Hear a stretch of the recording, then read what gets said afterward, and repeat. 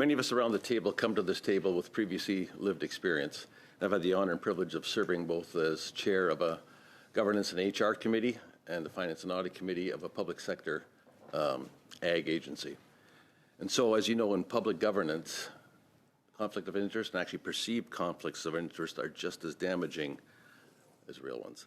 And so, particularly when they involve oversight regarding executive conduct, my colleague asked about some of your travel. What was not mentioned is that it was $460,000 of your travel in your tenure, the same as all 3 ag ministers in that same period of time. Investigations involving leadership, allegations of silencing internal dissent, or decisions impacting the credibility of the board. And that's where I want to begin. So with respect to FCC board governance, what mechanisms exist to ensure independent oversight of the CEO? Thank you for that question.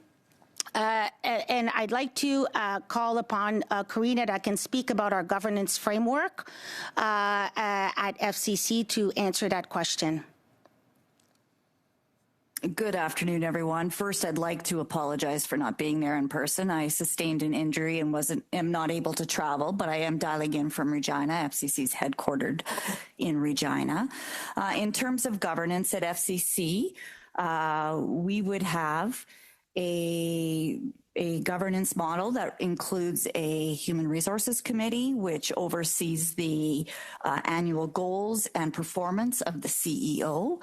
We would have a governance committee that ensures all of the performance of the different committees, which further includes the audit and risk committee, is living into industry standards, and the board would review the practices of management and the charters of the various committees to ensure that those are living into industry standards for an organization our size. I do have limited time. How often does the board meet in camera without the CEO present? Thank you for the question. At every board meeting, there's time in camera without the CEO. So this occurred then very, very recently as well? Correct. Thank you. You talked about, or your colleague talked about, in the governance and HR committee. For how long did you serve both as CEO and as Chief Human Resources Officer? I served, thank you for the question, for almost a 2-year period. How was governance approval acquired for that dual role? Thank you for your question.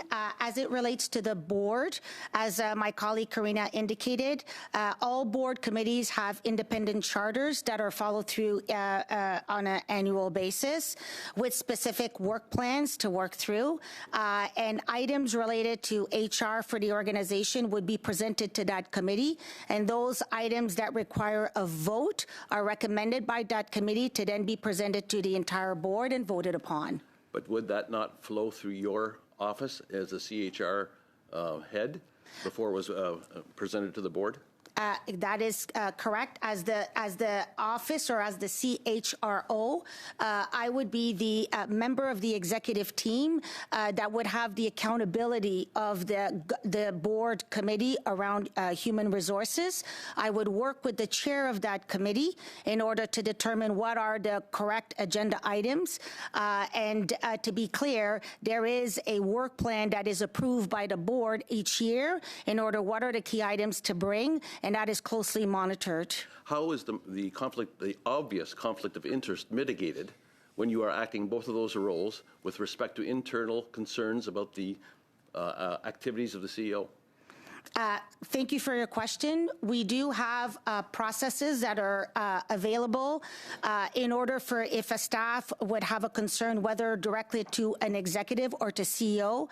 There is an independent process that takes place that is accessible as well to the public service.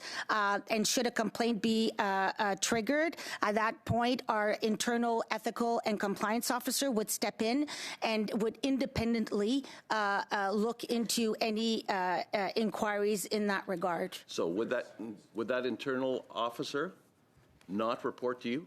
Would there be a venue that employees could go through that office directly to the board?